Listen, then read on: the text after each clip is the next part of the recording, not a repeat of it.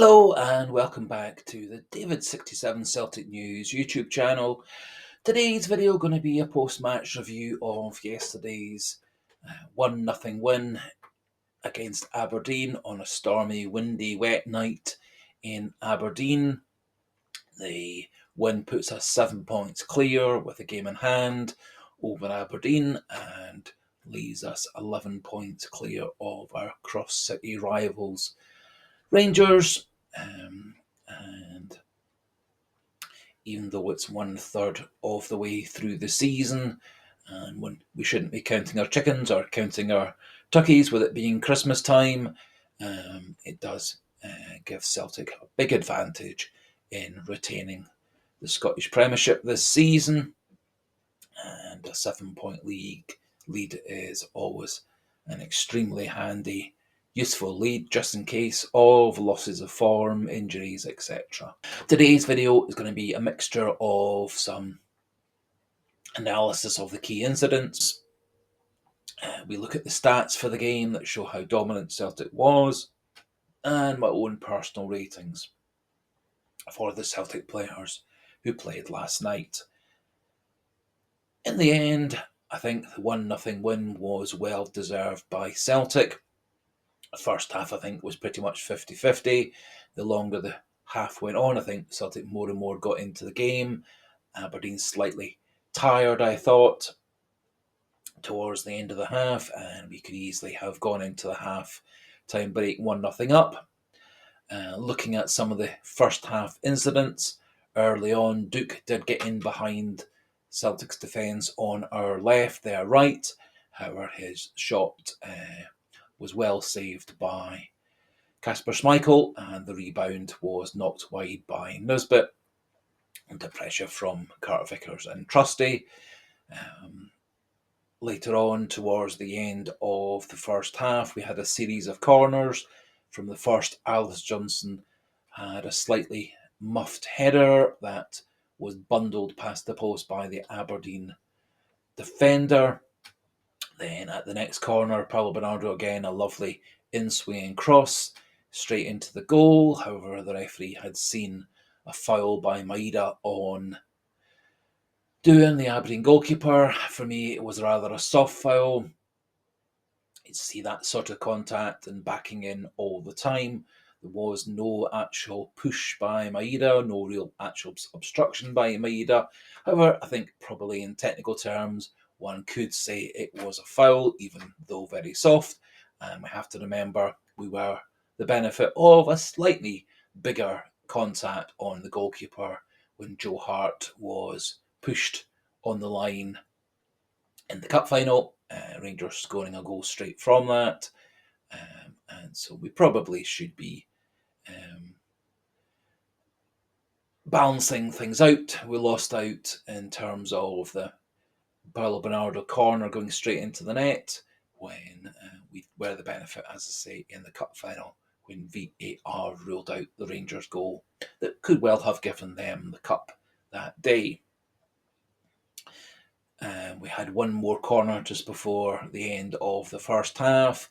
Alistair Johnston rose at the back post, but his header went past. Second half, I think Celtic got more and more into the game, more and more on top. Greg Taylor had come on to replace Alex Valley, who I thought was very unlucky to be given the yellow card for a non-foul on Duke, who spent half the game diving to try and get fouls in attacking positions or getting penalties for Aberdeen. Happily, the referee resisted the temptation in most cases. Aberdeen did also change their way of attacking. They were much less coming down the right after they took off Duke, which did allow Greg Taylor to get into midfield to be his inverted fullback role. And he actually, in that role, did give Celtic that extra bit of manpower in midfield. And of course, it was his pass that set up the goal. There was a goal-mouth scramble in the 69th minute. Alistair Johnson had a couple of shots that were blocked. The ball broke to Rio Tati, who had a lovely shot arrowing towards the right bottom corner. However, Doohan did very well to push it past the post. In the 74th minute, lovely cross by Nicholas Kuhn, well headed by Adam Ida, and again did very well to get across his goal, go full length to push the ball past the post. 78th minute, Celtic got their goal. Move that started on the left wing with James Forrest into the middle. Greg Taylor spread it out to the right. One or two passes, got the ball back into Greg Taylor in some space in central midfield. Lovely pass over the top to Rio Itati, who timed his run perfectly. And a brilliant left foot half volley past Doohan, giving Celtic the well-deserved lead. Really only one more incident in the game after that. On a very rare occasion, Aberdeen got in behind Alistair Johnston on the right. Ball into the box. Austin Trusty did block the ball across the box. However, his contact with the ball knocked it into the path of Esther Sockler. Cameron Carter-Vickers did very well to get across so quickly, blocking the ball and knocking the ball over the bar. I do think Kasper Schmeichel was in the perfect place to save that shot. Would have been a powerful shot, but would have been straight at Kasper Schmeichel. And so I think even had Carter-Vickers not blocked it, there's a good chance that Schmeichel would have saved it anyway. Moving on to the stats for the game, I think it shows how much Celtic were on top, how much control they had of the game, and how they were the much more attacking team, especially in the second half. Possession was 74-26 in Celtic's favour. Shots were 15-8 for Celtic, 4 on targets for both Aberdeen and Celtic. 5 off targets by Celtic, 3 off target by Aberdeen. 6 block shots for Celtic, 1 block shot for Aberdeen, with 2 saves for Ross Doohan, 3 saves for Kasper Schmeichel in the Celtic goal, although really only that early save in the 10th minute from Duke was a real save for him to make. Corners were 10-2 in favour of Celtic, and touches in the box 36-13 in Celtic's favour. So I think that really much shows Celtic had much more of the possession, got the ball forward much better, much more attacking threats, lots more shots, lots more threats on the Aberdeen goal. 2 real good saves for the Aberdeen goalkeeper to make, lots of blocks for the Aberdeen defence to make as well, and corners 10-2, all of which shows Celtic very much on top. Now, looking at my own ratings for the players, Kasper Schmeichel got 7.5. Good saves from Duke in the first half. Coped very well with the high ball. Coped very well with corners. Looks very calm and assured. And does a great job keeping our attacks going. Very comfortable with the ball at his feet. Always happy to be that spare man to keep the ball moving, to try and break down any pressing by the opposition front players. 7 for Alistair Johnston. Did make 1 mistake, letting the Aberdeen player in behind him in the lead up to that 84th minute chance for Sockler. Otherwise, a couple of headers in the opposition box that could easily have given us the half-time lead. A couple of block shots in the second half. Did link up well with Kuhn wide on the right, although Kuhn wasn't really on form last night. So 7 for Alistair Johnston, 8 for Cameron Carter-Vickers, and man of the match. He had that brilliant deflection to stop Sockler getting the equaliser. I think otherwise, great game, good partnership with Austin Trusty. I think they both coped very well with the high ball. They beat Aberdeen in the air every time. They never let Aberdeen in behind them. Certainly Carter-Vickers had a great game, so 8 for him. Austin Trusty was heading towards an 8, but did make a bit of a mistake to almost give Sockler the chance to score, and he and Taylor got in a bit of a mess wide on the right as Trusty tried to cover behind Taylor, who was out of position. So dropping Trusty to a 7. Alex Valley, a bit unlucky to get yellow carded, as I said. I thought he defended well in the first half, apart from that one time Duke got behind him. Not much of an attacking threat in the first half, as he was more busy defending. and I think was taken off solely because he was on a yellow card, although it did allow Taylor to get more into midfield in the second half as Aberdeen changed their focus of attack. 7 for both Callum McGregor and Rio Hatate. Hatate, not much of a threat in the first half, however, second half got much more involved. Had one shot well saved, he did score the goal and created a couple of half chances for teammates, so boosted him up to a 7. Callum McGregor did lots of good work in midfield, lots of good work in the defensive third. Didn't really get himself forward properly. Had a couple of half chances to shoot from goal from distance, but decided not to, and wasn't really very creative in that final third. So kept him at a 7. Paulo Bernardo, apart from those 3 great in-swinging corners at the end of the first half, didn't really contribute very much to Celtic. Didn't really get involved in the battle of in midfield in the first half, which I think left Celtic a bit disadvantaged there.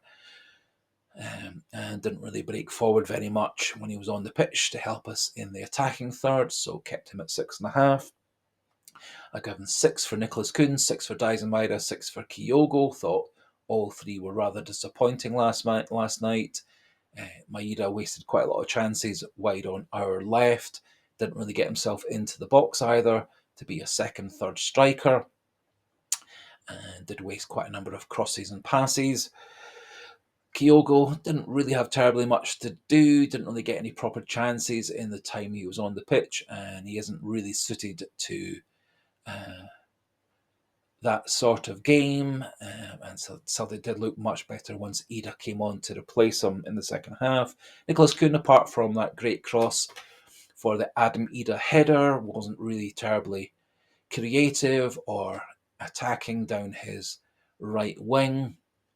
A couple of times he did break towards the box, did have a shooting chance, but again passed that off, and there was no real times he got to the byline to get the ball into the box, nor were there any crosses or passes to set up chances apart from that one for Adam Ida.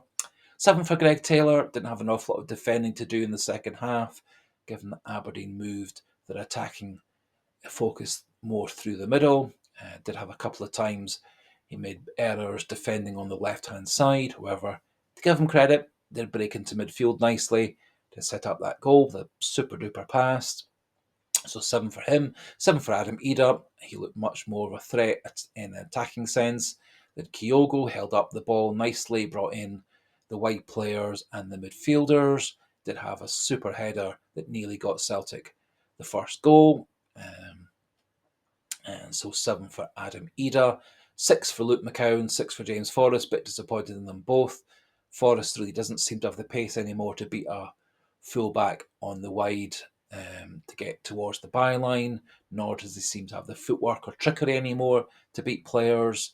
Did cut inside a few times, but his passes, crosses were rather ineffectual and never got himself into the box as an attacking threat, so 6 for him. And I do wonder whether Yang or Luis Palma deserves a chance instead coming off the bench in future matches, but we'll see what Rodgers goes with. Luke McCown, rather disappointing. Don't think he really got involved in the battle. Didn't really make much in the way of passes or contributions in midfield, nor in the final third. And so a bit of a disappointment from him. And no rating for Aaron Engels, only on for 3 minutes at the end. And so not enough time really to get a proper rating. That finishes things off for today's video. Just a wee reminder, encouragement, suggestion. If you are new to the channel, please do click that subscriber button. Keep the numbers pushing up and up. Just 1 or 2 new subscribers every day makes me so happy in what's rather miserable time at the moment with the weather, etc. Do click that like button if you like the video. It does help with YouTube analytics to spread the video on the channel to more folk. So please do that. And do pop your pleasant, polite thoughts, comments, opinions in the comment section regarding yesterday's game, who played well, who didn't play so well, and what your thoughts are in terms of team lineups and resting and rotating players for the game against Hibs, and then what you feel the best lineup is going to be for the games against Zagreb and Rangers in the cup final next week. And so until the next video, goodbye and hail, hail.